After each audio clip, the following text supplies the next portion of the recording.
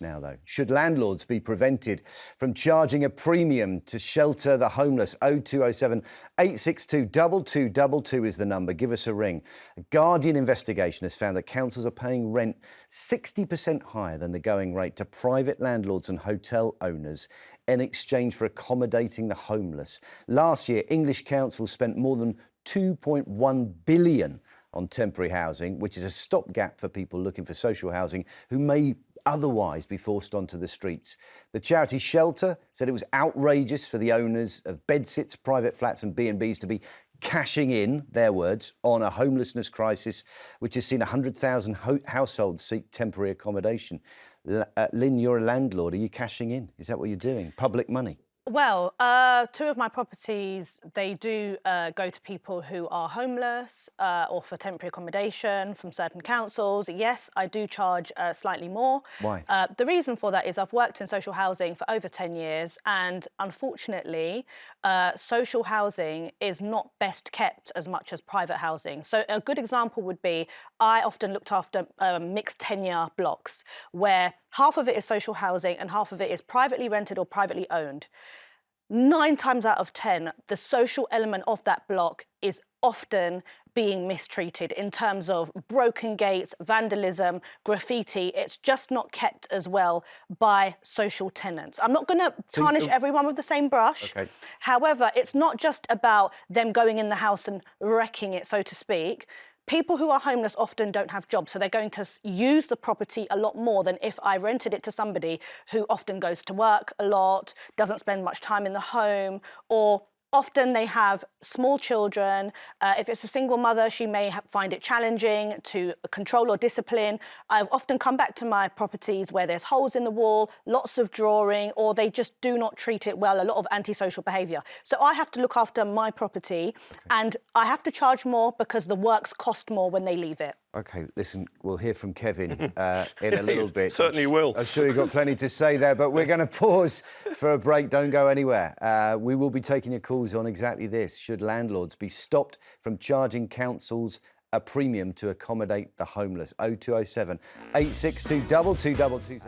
And our debate right now, whether landlords should stop charging councils a premium to shelter the homeless in bedsits, flats and B&Bs. 0207 862 2222 is the number. But I said I'd let you answer, Kev, what Lin May has said there about her approach. There are greater costs. She has to cover her costs. It's a business, not a charity.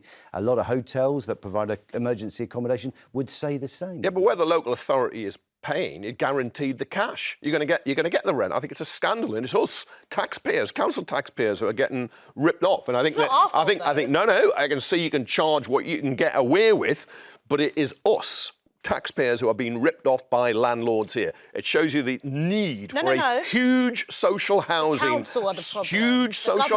programme and rebuild council houses again. We've got a fraction of the council houses we used to have at the beginning of the 1980s. I grew up in a council house, my family, and you had a security there. People have lost that now. They're at the whim and the mercy of private landlords who can kick them out and charge them whatever they want. You say the council's the problem, the government's the problem. Yeah. They have an obligation to house people who are homeless, unintentionally homeless. Yeah. How are they? And they do it with fewer and fewer resources, Lin May, and you're taking up more of those resources. No, I'll tell you why. Because we are private entities. For the abject failure of successive governments, failure to build and increasingly selling off their stock without replacing it, they are now coming almost with their begging bowl to us. Can you refuse? Can you say, I won't take those? I have. So you can. I was asked you can avoid that part of the business completely, charge the normal rate, not the 60% plus, and just keep your business on that way where you don't incur those costs. Yeah, but generally speaking, if I do that, which I have with some of my others, then I don't have to have such an attentive service. With individuals, like I said before, especially certain types of individuals, they need a bit more service. Again, working in social housing, this is not me speaking just from a private landlord point of view. I've worked for many years as a housing officer. And unfortunately, whether it's because they're used to it, their demand is a lot higher. So because of that, it's more expensive to run a social tenancy, a social property. And that's essentially what private landlords would be doing. We're no longer now private. We're almost replacing the social housing that they failed to build. Well, hold on. Didn't they build it and then you bought it? No. I didn't buy mine from ex-local authority. Local authority houses that were bought, something like a majority of them now are let out for rent. And they've been sold on and bought by. That's the government's fault. I'm not blaming you as an individual, but we've got a rip-off system. We've got to end a rip-off system. Of course, you'll charge what you can get away with. I get that. I'm not being angry with you. I'm angry at a system that lets you do it. This is what I think. Angela Rayner has been charged, hasn't she, with building 1.5 million homes over 5 years. And it's been said over the weekend that she's constantly threatened to resign over this because she thinks she's being set up to fail, because everybody seems to agree, construction workers, building moguls, that it's absolutely impossible in this country to build 1.5 million homes in 5 years. God knows why. Planning. It should not only be possible, it should be urgent, it should be expedited, it should be rushed through. And yet another government is somehow going to duck this. And what's going on here, I think, is that the council are playing fast and loose with our money. Why should we be paying above the going rate? OK, let's take some calls. Simon's in Manchester. Simon, are you a landlord? Are you a renter? Are you homeless currently? What's your situation? I am a landlord, and I am absolutely on the same page as Lynn. It's a business. Well, the government see us as investors, but it's really a business. The homeless, I work in capacity of my job. I work sometimes with the homeless. They are absolutely at a higher risk to us as private individuals, private landlords. They often have alcohol issues, drug issues. A number of them will have criminal records. They will have mental health issues. We don't have that if we don't rent, or we don't have it on the same scale if we don't rent to the homeless. They are absolutely a higher risk person, 100%. So do you rent to them, or do you choose not to? I choose not to. I know somebody who did. They don't anymore. The police were always round at the house. I just simply will not do it. It's too risky.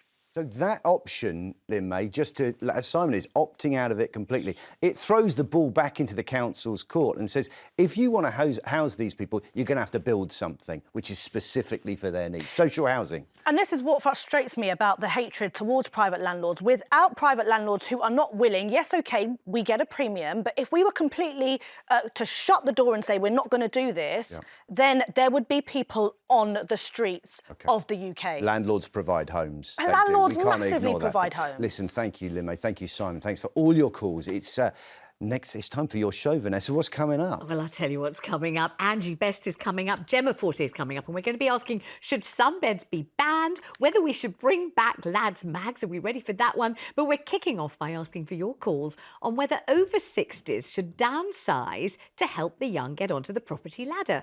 Do you think it's your moral obligation to clear out of your home to free it up for young families? Do get your calls coming in for me right now. I mean, Vanessa's show is answering our problem. What do you think, Kevin?